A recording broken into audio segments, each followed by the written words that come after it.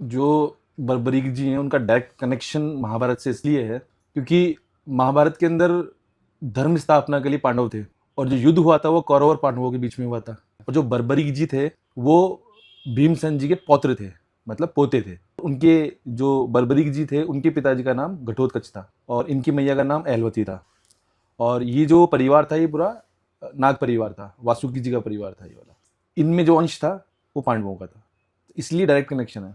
और जब बात आती है कि युद्ध स्टार्ट होना है, कुरुक्षेत्र का युद्ध में जो युद्ध स्टार्ट होना था महाभारत का, उससे पहले सभी की मीटिंग हुई थी जिसमें कृष्ण भगवान ने सबको बुलाया था, या वहाँ के जो युधिष्ठिर जो राजा थे उन्होंने अपने पांचों भाइयों को और जो उनके राज्य में या उनके आसपास के राज्य में जो लोग युद्ध में निपुणता रखते थे उन लोगों की एक मीटिंग हुई थी। उस मीटिंग के अंदर बर्बरीक जी भी आए थे। ये बात बहुत लोगों को नहीं पता, उस मीटिंग में बर्बरीक जी भी आए थे और वहां पे उनका अहमता का भाव कृष्ण भगवान को दिख गया था कि इनमें अभी भी वो बात बाकी है कि ये अहम कर रहे हैं कि मैं अकेला एक तीर से इस पूरे को। इसको मैं आपको शॉर्ट में बताता हूँ कि जब जब सब लोग खड़े थे तो कृष्ण भगवान ने कहा कि ये युद्ध कितने दिन चलेगा।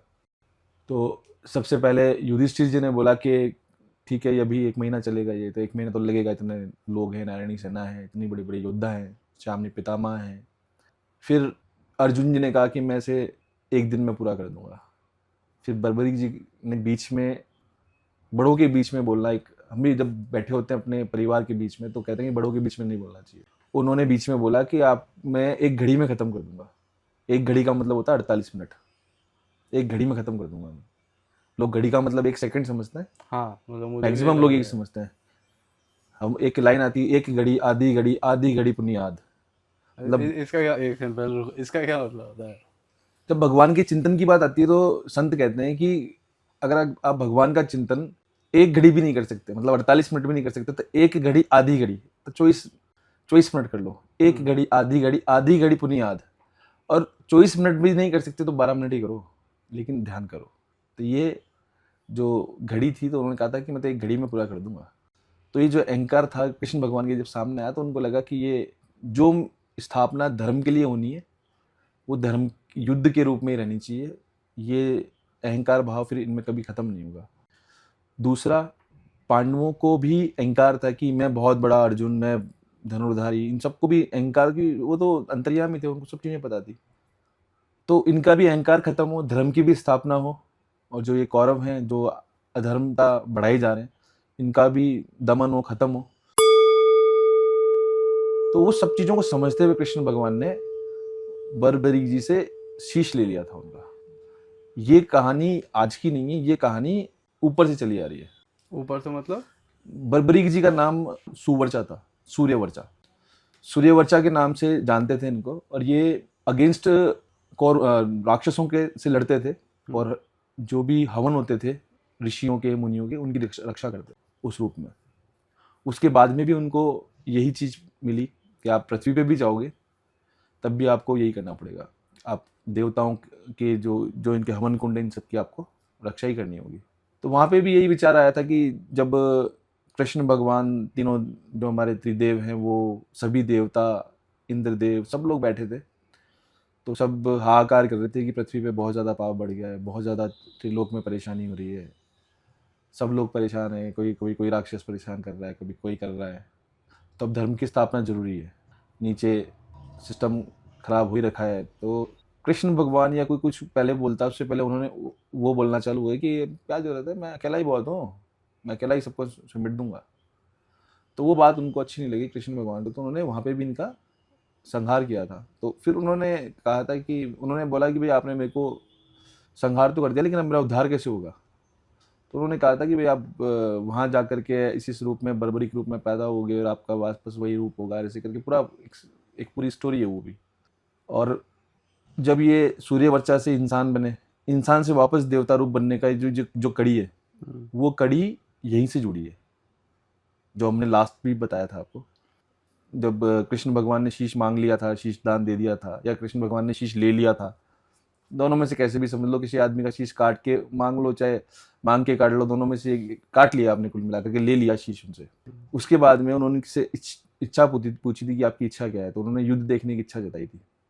और युद्ध देखने की इच्छा के बाद में जब जब पांडव वापस पहुंचे थे इनके पास में अहंकारवश, तो उन्होंने यही कहा था कि मुझे केवल कृष्ण दिखे थे, कृष्ण ही मारने वाले थे, कृष्ण ही मरने वाले थे। तो उन्होंने एग्जैक्टली जो हम लोग ढूंढ रहे हैं, जिस तत्वों को हम ढूंढ रहे हैं, वो तत्व देख चुके थे।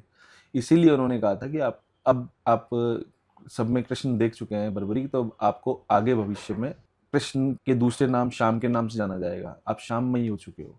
तो वो वापस अपने देव रूप में आ गए थे। पहले यक्ष थे वो, फिर इंसान हुए, फिर वापस उसी देवता रूप में आ गए थे। तो उनको जो उनकी मुक्ति होनी थी और यहाँ पे उनका प्रचार होना था बाबा का, तो वो श्याम रूप में आज कलयुग में, जैसे जैसे कलयुग बढ़ेगा वैसे वैसे श्याम नाम की महिमा बढ़ेगी। वो महिमा इसलिए बढ़ेगी, एक तो बहुत लोग जो जा रहे हैं अभी, जो श्याम प्रेमी है, आप देखेंगे हर घर में एक श्याम प्रेमी मिलेगा आपको, हाँ लगभग है ये। मिलेगा। रीज़न है उसका, अगर 5 जने घर में रहते हैं, एक श्याम प्रेमी अगर वो मंदिर जा रहा है, उनसे बाबा से कोई अपनी अरदास कर रहा है, अपनी कोई चीज़ मांग रहा है, तो उसे मिल रही है। वो नहीं मिल रही है तो उसको रास्ता मिल रहा है, तो वो विश्वास बढ़ता है फिर वो।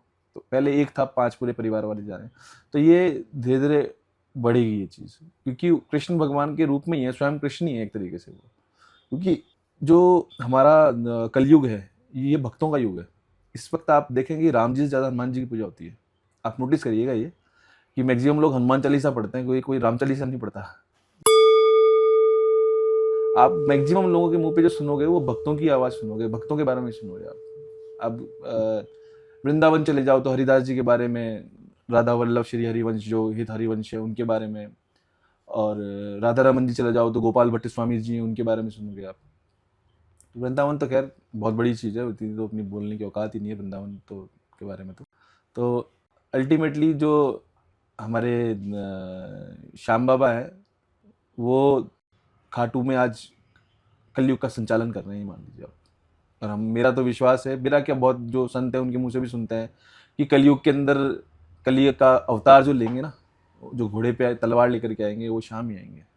वही है कि मैं जो क्वेश्चन पूछ रहा था ना, मुझे उसका वो आंसर शायद नहीं मिला। बताओ। तो मैं क्वेश्चन दूसरे तरीके से पूछता हूँ। तो जो भीम थे और जो हिडिंबा राक्षसी थी एक, ये दोनों कैसे मिले? हिडिंबा राक्षसी नहीं, हिडिंबा तो वन का नाम है। हिडिंबा वन की हिडिंबा राक्षसी थी जो भीम राक्षस के वाइफ बने थे, जिनका पौत्र था नहीं बर्बरी। नहीं नहीं नहीं नहीं नहीं, हिडिंबा राक्षसी नहीं थी, हिडिंबा वन था। और हिडिंबा वन में नागपुत्र, नागलोक था, और नागलोक में बह करके पहुंचे थे ये भीमसेन, जो भीम जी थे। और वहाँ पे जो जो कन्या थी, नाग कन्या, उनका नाम हिडिंबा था। अच्छा, वो नाग कन्या थे, राक्षस नहीं थे। राक्षस नहीं थी वो, वासुकी जी के खानदान की थी वो। जो वासुकी जी, जो शंकर भगवान के गले में वासुकी जी हैं, अच्छा, शेषनाग के रूप में जो है, कई नाम है उनके वासुकी जी के भी। वो जो राक्षस पुत्र है, वो तो लोग लेक ऑफ नॉलेज की वजह से बोलते हैं, वो पढ़े हैं तो बहुत सारी चीज़ें पता लगेगी। और उन दोनों से जो बच्चा हुआ था, जो हुए थे, वो ये थे, क्या नाम है इनका, घटोत्कच। फिर घटोत्कच से जो हुए थे वो बर्बरी। बर्बरीक थे। ऐसे ये एक वंश है पूरा। तो एक ऐसा सवाल है जो अब मैं हर इंटरव्यू में पूछता हूँ, धर्म क्या है आपके हिसाब से? धर्म के 4 स्तंभ हैं।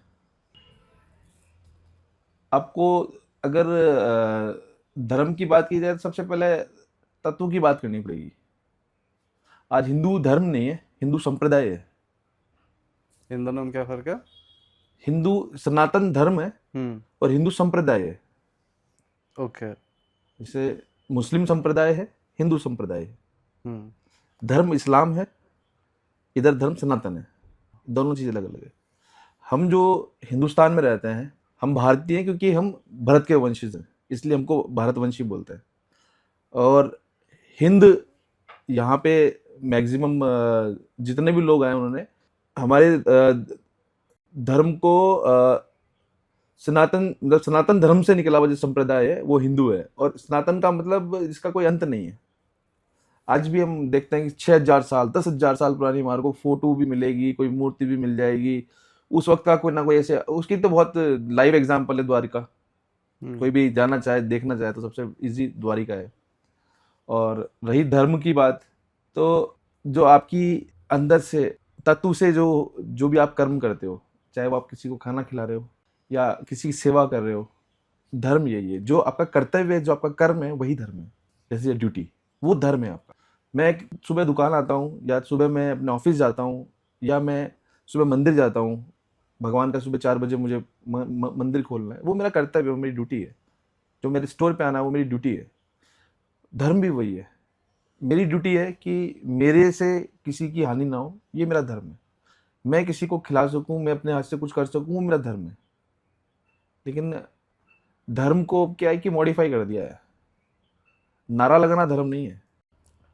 आपको लगता है अपन जैसे इंडिया में सबसे ज्यादा ये हिंदू हैं या सनातन धर्म के फॉलोअर्स हैं, तो इंडिया के अंदर ही अपने को इस धर्म की रक्षा करने की जरूरत है? धर्म की रक्षा से ज्यादा आपको, मैं समझता हूँ कि जो धर्म है वो आपकी रक्षा करता है। कैसे? आप जब फॉलो करते हैं किसी को भी, आप जिस भी धर्म के फॉलोवर हैं, वट एवर जो भी हो, मैं कहता हूँ मैं हिंदू धर्म का फॉलोवर हूँ, मैं राम जी का फॉलोवर हूँ। जब मैं उनको फॉलो करता हूँ तो मेरे में एक एनर्जी प्रोड्यूस होती है। वो एनर्जी हमेशा मेरे साथ होती है। जब मैं धर्म के मार्ग पे चला, तब वो मेरे साथ हुई। इसीलिए मैं कहता हूँ कि धर्म हमारी रक्षा करता है। लोग कहते हैं कि धर्म की रक्षा करो तो वो आपकी रक्षा करेगा। रक्षे रक्षिति ऐसे एक दोहा भी है। क्या क्या दोहा क्या है? धर्म रक्षो रक्षति करके, जो धर्म की रक्षा करता है उनकी रक्षा अपने आप हो जाती है। धर्म हम ऐसे माने कि अगर हम सनातन को फॉलो कर रहे हैं ना, तो सनातन में सबसे बड़ी बात क्या है? करुणा है, दया है। हम किसी को भी मार नहीं सकते। आप मारने से पहले एक बार सोचोगे कि नहीं यार, नहीं नहीं मारेंगे। या हमको कोई दिखेगा गरीब है, खाया नहीं है, नंगे पैर धूप में घूम रहा है, तो अपने आप करुणा अंदर से आएगी कि यार कुछ चप्पल पहना दे इसको यार। और सनातन से पहले भी कुछ नहीं था, सनातन के बाद भी कुछ नहीं है। आज से 10,000 साल पहले भी सनातन था, जब हम हाँ। सतयुग की बात करते हैं। और हमारे ऋषि मुनि तो, मतलब आपको भी पता है कि उस जमाने में वो जानते थे कि सूरज से दूरी क्या है। जुग सहस्त्र जो जन पर भानु, लीलो तहि मधुर फल फल जानू। इसका भी सरलार्थ बताना।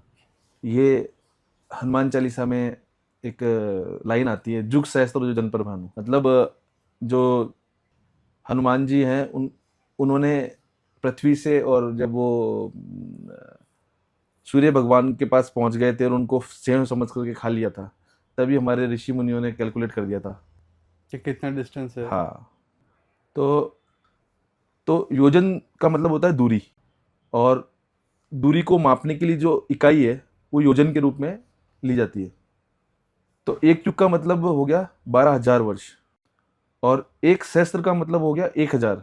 तो एक योजन यानी 8 मील होता है। हमारे जो वेद है, उन वेद से जितने भी पुष्पक विमान है, जो स्टडीज है, ये हमारी पहले हो चुकी हैं सारी। आज मैं हूँ, मेरे बच्चा है, एक डॉक्टर बनेगा, एक वकील बनेगा, एक फलाना बनेगा, एक ढिमकाना बनेगा, मतलब कुछ तो बनेगा। तो वैसे ही भगवान के हम सब बच्चे हैं, कोई कुछ ना कुछ तो बनेगा ही। जो धर्म के मार्ग पे चल रहा है, भगवान उसके साथ है, उसकी रक्षा अपने आप हो रही है। जो धर्म के मार्ग पे है, उनकी हो सकता है भी बहुत बढ़िया चल रहे हो धर्म में हो। अब अधर्म क्या है, उसकी भी अलग अलग डेफिनेशन है। मैं अपना काम नहीं कर रहा हूँ, वो अधर्म है। मैं अपने बच्चे नहीं पाल रहा हूँ, वो अधर्म है। किसी का वो छीन के खा रहा हूँ, वो अधर्म है। हो सकता है वो किसी के लिए कर्म हो। तो कर्म, अधर्म, धर्म, ये सब एक दूसरे से जुड़े हुए हैं। प्योरली धर्म है अपना कर्तव्य निभाना, अपने कर्तव्य को पूरा करना, जो हमें मिली है ड्यूटी उसको पूरी कर देना। ये सिंपल धर्म की डेफिनेशन है, जो मैं समझ पा रहा हूँ।